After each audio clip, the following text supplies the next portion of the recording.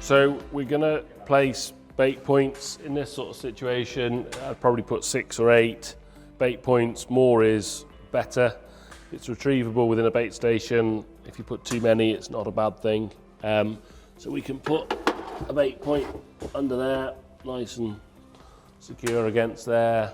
We can put another one. We'll have to clamber under here somewhere, but this is probably a good little place. Climb under. Put them back against the wall. I'll be running along there. Again, checking to see what you've got around you. If you can see more activity somewhere, place a bait point under something like this. We can place it and go again towards the back and place it under there. It's good little places for them.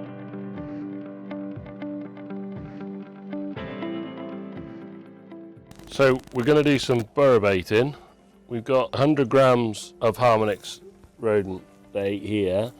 If we put it in the front of the hole and then just guide it down into the hole just a good distance from where they are, and then place a board over the front of the hole just to block it in, stop non-targets get in there, and just make the rat a little bit less likely to want to come out, so he's more likely to eat the bait inside. So a good reason to block over the hole is to stop the rat expelling the bait, injecting that bait back out of there. Suddenly it becomes in the open. It could be down here, so any other non-targets can come along and pick it up. If you just cover it over, it stops them doing it quite so easily. I think if you leave them open, they are more likely to expel it, but like that hole, they're less likely to expel than they are that one.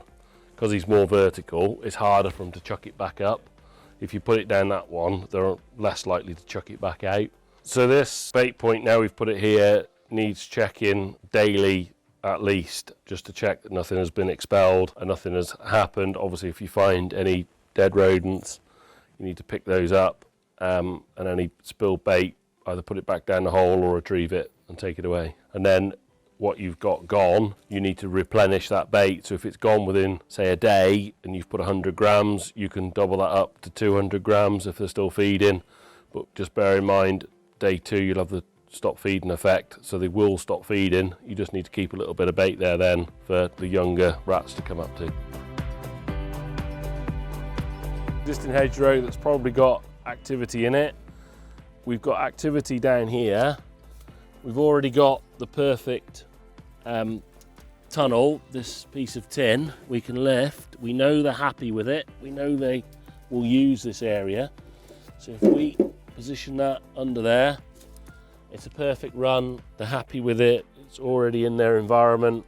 They saw it yesterday, they'll see it tomorrow, and they will use that and find the bait, and we get bait takes quick. Best way of getting a rat or mouse really to take bait is to try and leave everything undisturbed by putting bait in their environment in a safe covered place. If you can find stuff that's already here, if you do a lot of movement and moving bait, they then have a natural fear factor not to take on the new bait that you've put down, because you've added a new thing to their environment and changed their environment, so now they don't like it. So you'll struggle to get bait takes.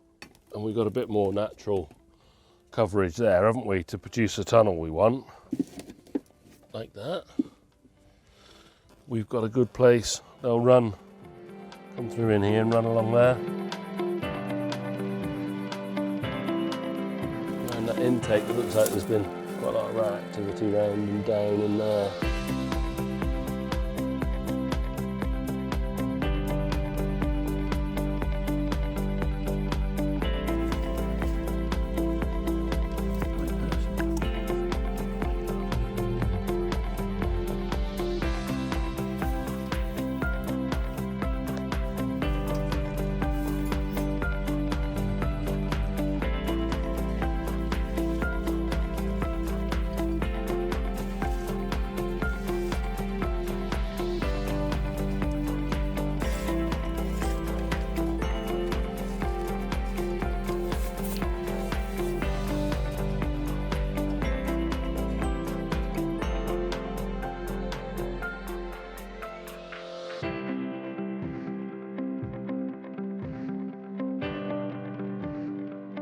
Harmonix Rodent Paste is the latest addition to Lodi's Gems range.